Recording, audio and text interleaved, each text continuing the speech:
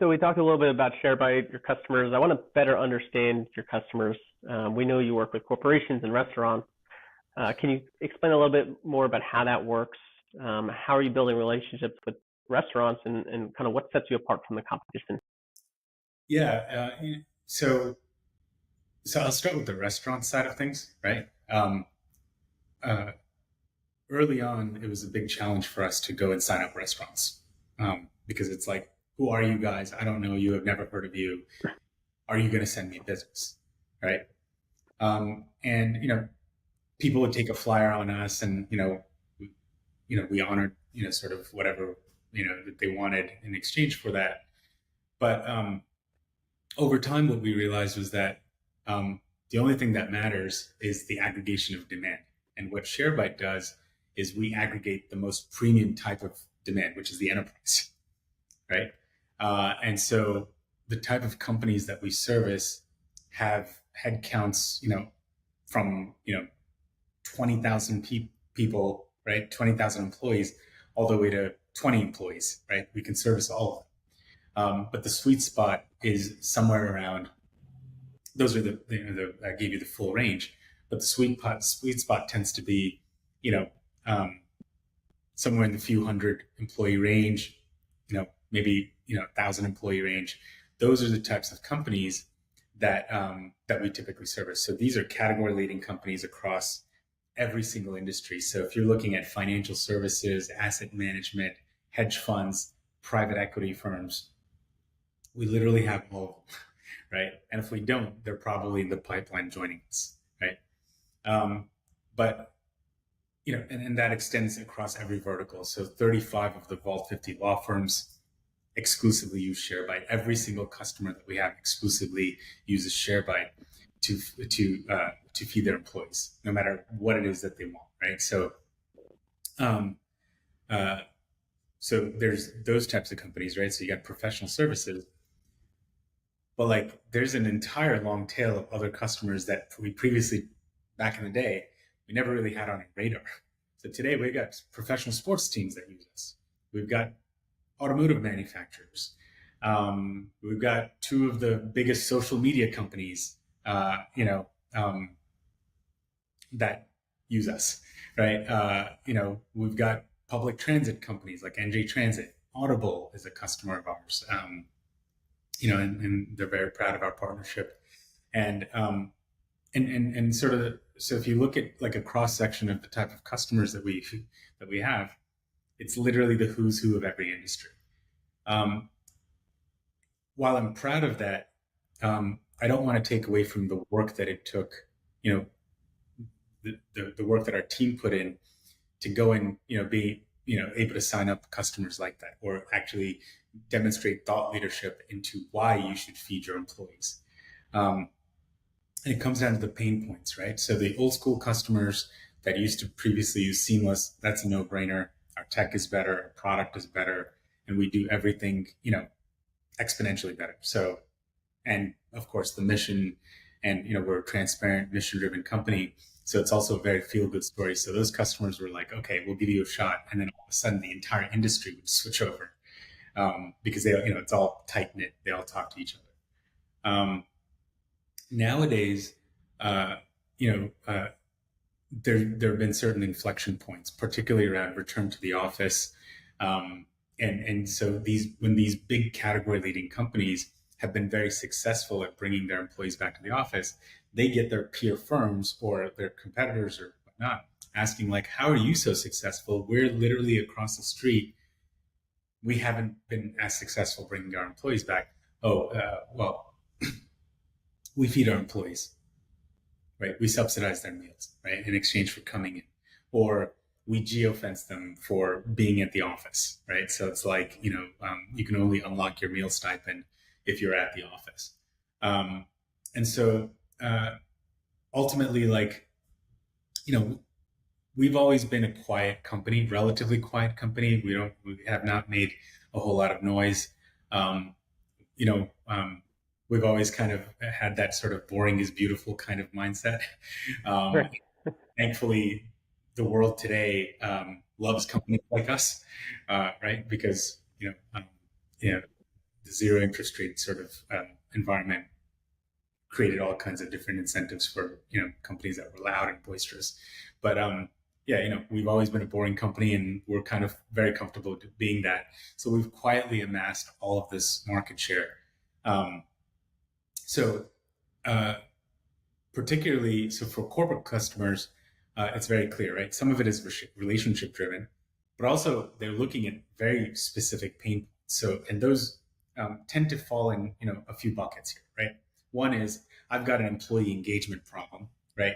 I've forced people to come back to the office, and they're all upset, and so we think that a lot of those employees are going to end up leaving for other companies that have more flexible arrangements. How do we make it worth their while? Feed them.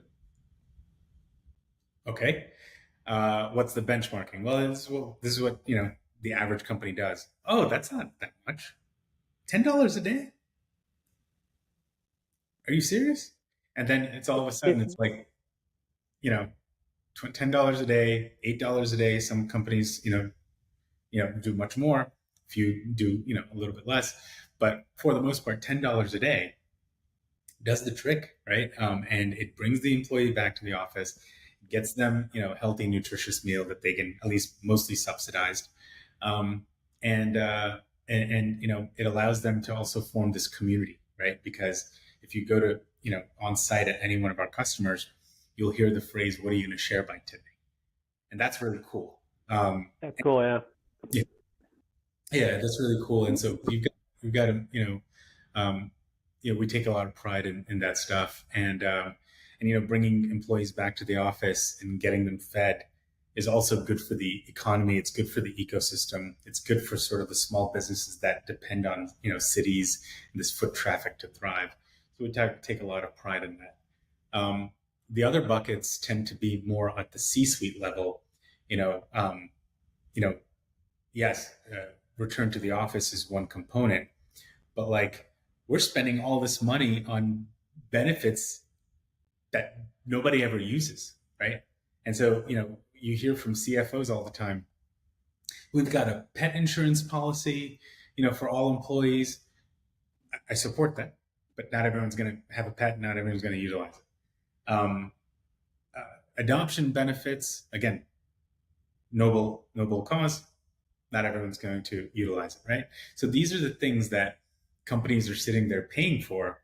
And, when you listen to CHROs or heads of total rewards or benefits, they're like, look, if we have a 7% utilization rate on any benefit, we're all throwing a party. We're high-fiving each other.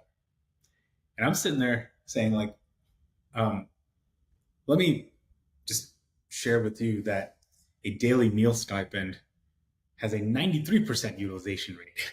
It literally Right. the other benefit that you offer employees to shame, right? Right. Everybody eats. Everyone eats.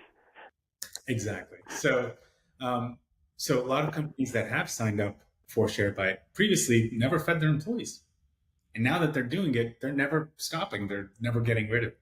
So, like, that is so fulfilling to us because, again, even 5 years ago, day dot, I've told you, we're going to get every worker in America fed, and we're going to power that. And so the pandemic and sort of the aftermath of it and the return to the office, conversation has really accelerated our vision. And so it really comes down to, employee engagement, giving employees the benefits that they will actually utilize, right? And companies want to pay for that, right? In the environment where everyone's cutting costs, you talk to CFOs, they're not just cutting costs, right? They want to they're not afraid of making investments. They just don't want to sort of spend money on things that are like not value add for them, right? High ROI right. products. So this is one of those things that as companies hear about this stuff, and then it's a snowball effect, right? Like, who else uses you? And then they see our logo list, and they're just like, oh, why are we not doing that? So today, the conversation with building relationships with corporate clients is the easiest that we've ever had, right? And it will continue to get easier as larger companies continue to adopt this framework. Yeah, this future of work, return to work, and you hear companies that struggle getting their employees back, but when you hear 93% utilization for a benefit versus the inverse of 7% on some of the other benefits, that's a big difference. Sounds like your thesis for you know future of work is feed your employees. That gets them back into the office. That gets collaboration, production. Helps on a broad spectrum of things for companies, right? Challenges they're dealing with.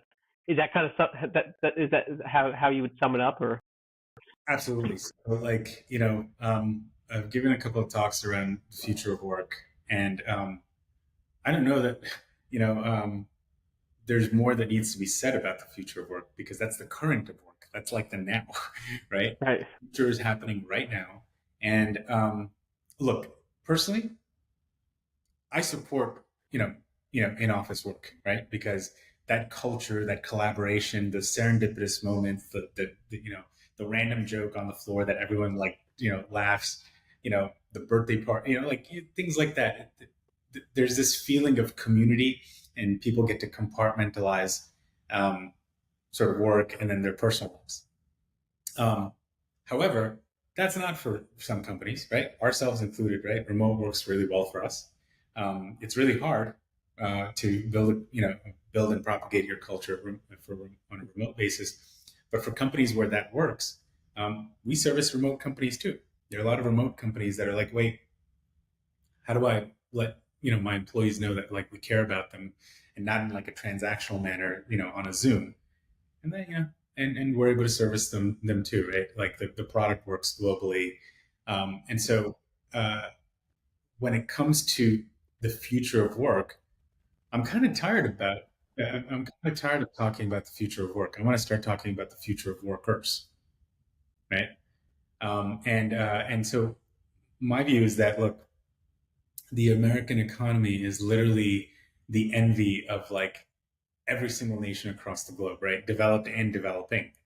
But like, I don't think you could say that about the American workers. And that's a sad state. But the average worker in America is really struggling to get by, right? Every little bit helps. Every little bit of goodwill helps. And this is a rounding error on an income statement of any company. Um, Right. when we're talking about like $2,000 a year, right? It's a Right. rounding error for employees. So um, that makes a huge difference. And, food insecurity in the workplace is like the invisible epidemic. It's an invisible epidemic. There is a good chance that somebody at your company is food insecure and they will never tell anybody about it because it just doesn't pay. Society's not set up that way, right? Um, and uh, and I know that because early in my career, I also went through that, right? And the only way I was able to make ends meet was, when I worked at, I started my career at Goldman Sachs and grew up at Credit Suisse. First 2 years, nearly 2 years of my career, I didn't know where my next meal was coming from because I had parents to take care of. I had bills to pay, you know, all kinds of things where like every dollar that I was making was like paycheck to paycheck, right? So that came at the sacrifice of like, you know what, I'm not going to have breakfast today, right? Or I'm not going to do this. So I remember, um, when you stayed late at the office, we got a $20, meal allowance, right? And so I would order dinner and I'd eat half of that for dinner and then save the other half for lunch the next day. And so I recently this year, and you know what? For many, many years, I was ashamed of that, right? I never really talked about it, just assumed it was the case. And earlier this year, I did an interview with NASDAQ where I told that story very vocally and openly. And I started getting text messages from, some of my friends that watched it. And these are some of the most successful and well-to-do people that I know, right? Partners at investment banks, partners at private equity firms, CEO of a public company. Like, he's like, hey, that hit home. That hit home. And I'm like, what do you mean? I thought you were, no, man. When I went, when I started my career, like, we were living in a small apartment with like 5 people, right? And all I was doing was working just to kind of make ends meet.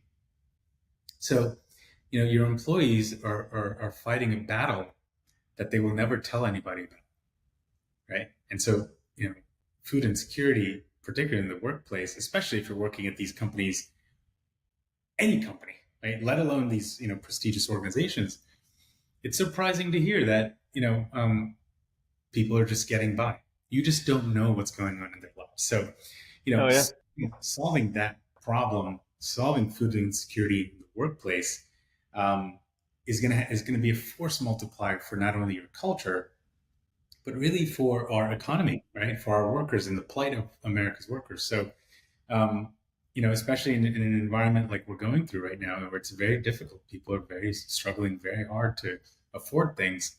Um, you know, I cannot think of a higher calling than to give back to this country and our people at a time that it needs people like us the most.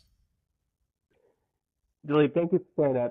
That's great. I think a lot of people just don't talk about this stuff, right? And sharing, coming from you, the CEO of the company, that's huge, right? And I'm sure you're able to spread that, message across your company and your customers as well. Yeah, Um, I never shared it with a whole lot of people, right? There's some people at our company, especially early on, because you always ask like why, right? I get the question of like, hey, look, you're trained, you're academically trained engineer, you're a former investment banker, you've got all the Ivy League stamps. Like, why do meal benefits mean anything to you? You could literally go do anything else you want. And it's like, if you're gonna do something and commit your time and your purpose,